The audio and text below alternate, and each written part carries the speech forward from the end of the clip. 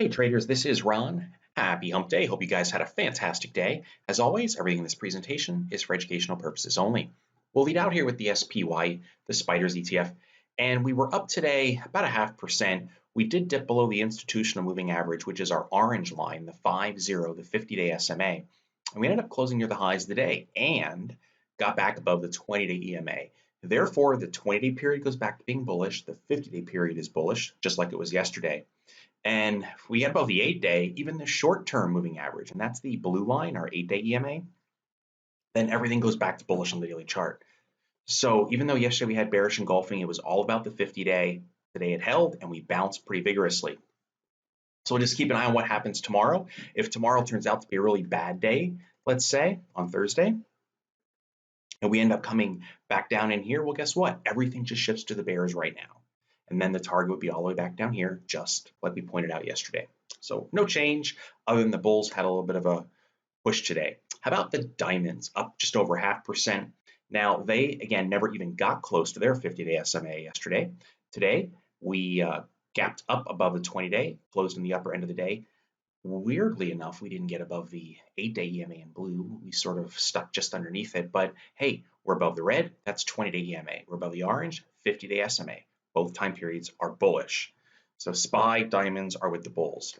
Now, if we take a look at the Qs, the NASDAQ, they were up about 1% today. This is where it also gets interesting because, you know, we closed near the highs of the day, but we did not close above the red line, 20-day. We didn't close above the blue 8-day. You know, just went up and hit them and rejected. The NASDAQ would be the weakest of the three right now, just based on how they acted. And yesterday, the NASDAQ broke down the most of the major three indexes. But look how close this is to just retaking them, the 20 and the 8-day. A little pop higher tomorrow, and then NASDAQ right back with the bulls. If we take a look at the Russell 2000, the IWM, it was up 1%. But remember, this thing is just so far lagging off the highs set back a year ago. We're still range bound, so nothing really to talk about here. So overall, just quick do a recap. It's going to be a short video. The bulls are still around. Caution is warranted. Now, individual stocks. Google. Had a question on this one, and look what Google did today. Let me just zoom out a little bit, give you some context. You know, there was the April run, then the May pullback, big pullback, and now we've just almost gotten right back up there, pretty close to getting back up there. But today there's bullish engulfing. It opened below the 20-day, even below the previous day, and closed with highs. Volume almost averaged today 1.3 million shares. This thing is looking really good. This is now becoming like a cup type formation, rounded formation, belly formation. It's looking good. I would consider using the 20-day EMA as a short-term trailing stop here on Google. I also had some questions on gold, silver, and the miners. Let me just hit these guys. You know, gold was down almost 2% today. If I zoom out a little bit, once again, you see what we talked about in May. There was the pop, volume started to come in, and then you just go to the previous highs. Once the previous highs are taken out, you started to get more traction. But now we have a lower high being printed. So here was the recent peak, beginning of the month. Here we had a resurgence of the bullish trend, just like that, on impeachment worries or whatever the buyers and sellers were concerned about. It seemed to be news driven. And then today we give it back and then some. Volume, why it wasn't huge as a reversal, it was higher than the previous day and more damage to the downside in terms of price was done than when the stock went up yesterday. But it's all about the orange line. If we get below there at 140, it takes out the previous lows here from earlier this month. That's when the bears would get the upper hand and the bulls would lose their edge on the daily chart. Additionally, there's the possibility of a head and shoulders forming. I'm just going to highlight it because I know someone's going to ask about it. There's the head, left shoulder's over here, right shoulder's over here. There's almost a horizontal neckline here, and the 50 days right there. It's almost looking too good to be true, but as of right now, caution again warranted here too. You can see the markets, whether it's gold, whether it's bonds, whether it's the majors, we're a little bit of maybe an inflection point where something might break free here. Here's silver, down 4% on the day. Filled that gap from the other day, but again, watch the 50-day.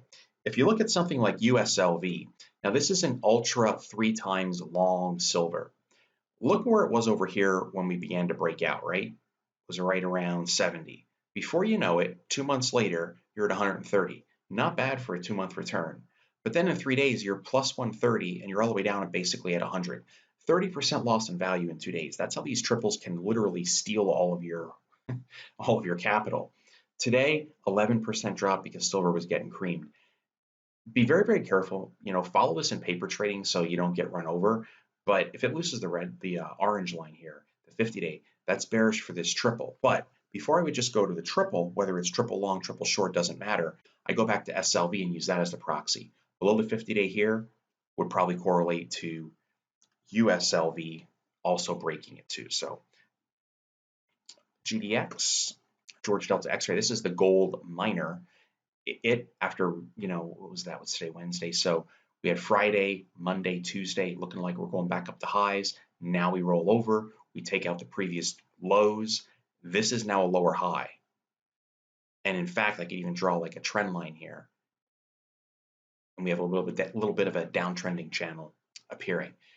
We did close below the red line. Technically, this is now below the red and the orange. It's now bearish in the daily chart. If you go to GDXJ, which are your juniors, they've also now put in a lower high. Again, I would say caution warranted across everything. Just be very careful, would be my words to consider.